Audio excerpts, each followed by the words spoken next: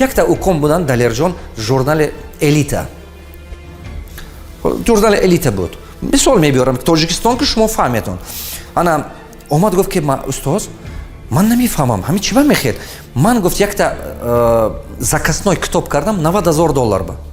Аз рӯи нақшаҳои ман як $15,000 ман ба бояд даромад мемонд. Нигоҳ кунед ки маълим, ман гуфт ҳаминак тамом карда додам. Вроде би ҳамон пула ман гирифтам. Тамом карда додам. Журнала. Бо ман $15,000 қарз пеши типография ба. Чӣ ба ин хел шуд нафаҳмидам. Чӣ ба? Мышлени потер. Конца концов журнал рафта маҳкам кард. Чӣ ба ки 3 бор, 4 бор, 5 бор анами хел потери ба омадан гирифт.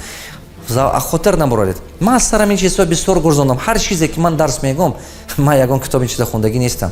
Ман ҳамчун олим, это мои открытия. Ман ин чиза ҳамаша худам кашф кардагӣ. Кори бисёр карда фаҳмидам ки агар ки мишлени потеря шумо перевоспитат кунед, то есть майнаи сари худатона тарбия карда дигар направление ба направит кунед, ҳамаш дигар мешавад.